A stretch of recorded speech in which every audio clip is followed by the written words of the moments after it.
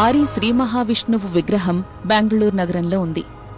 సుమారు 108 అడుగుల ఎత్తైన ఏకశిలా విగ్రహమిది. 16 భుజాలు 11 తలలతో ఉన్న ఈ విరాట్ విశ్వరూప విగ్రహం ఎజీపురాలోని శ్రీ కోదండరామస్వామి దేవాలయ ప్రాంగణంలో ఏర్పాటు చేశారు.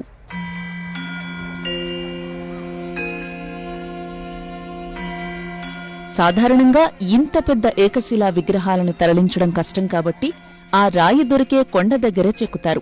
కాని ఈ భారీ విగ్రహం కోసం తమిళనాడులోని తిరువణ్ణామలై దగ్గర కోరుకొట్టై గ్రామం నుంచి 600 టన్నులకు పైగా బరువైన రాయిని దాదాపు 350 కిలోమీటర్ల దూరం ఎన్నో వ్యయ ప్రయాసల కోర్చి బెంగళూరుకి తరలించారు.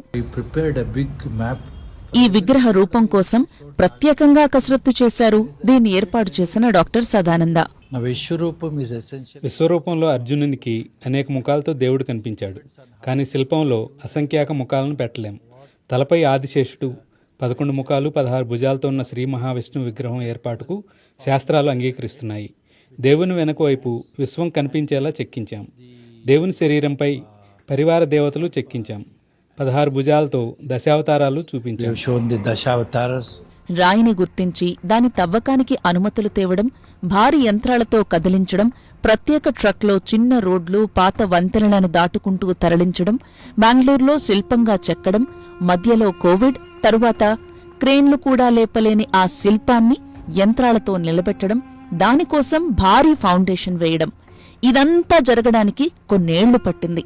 2010లో ప్రాజెక్టు ప్రారంభించగా 2025 నాటికి పూర్తయింది. మైనింగ్ నిపుణులు, జాతీయ రాక్ మెకానిక్స్ సంస్థ నిపుణుల అభిప్రాయాలు తీసుకుని రాయిని ఎంపిక చేశాం. రాయిపై పెద్ద పగుళ్లు లేకుండా చూసుకున్నాం. తరువాత ప్రభుత్వ అనుమతి కోసం ప్రయత్నం చేసి 2014 నాటికి అనుమతి సాధించాం. అనుమతి వచ్చాక మైనింగ్ మొదలుపెట్టాం. 2018లో మైనింగ్ పూర్తయింది. 2018-19 మధ్య రాయిని బెంగళూరు తరలించాం.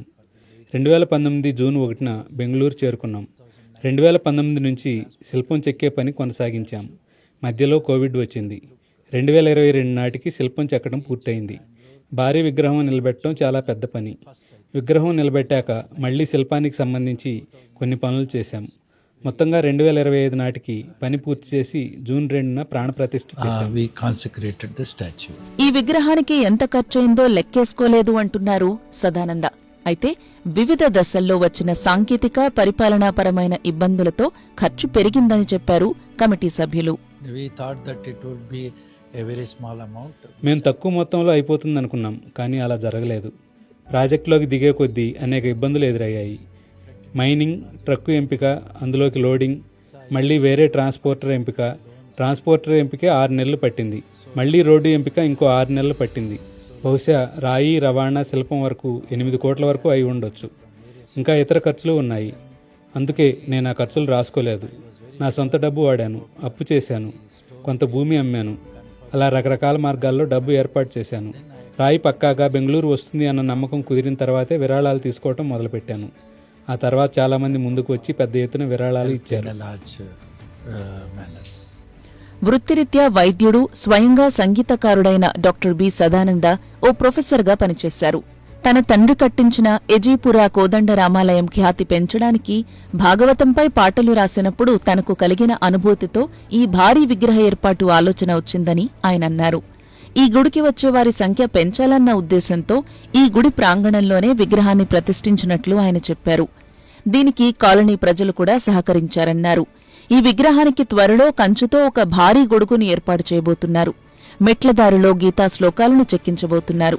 ప్రపంచంలో ఇదే అతిపెద్ద ఏకశిలా మహావిష్ణు విగ్రహమని డాక్టర్ సదానంద చెబుతున్నారు. అయితే దీన్ని బీబీసీ స్వతంత్రంగా ధృవీకరించలేదు.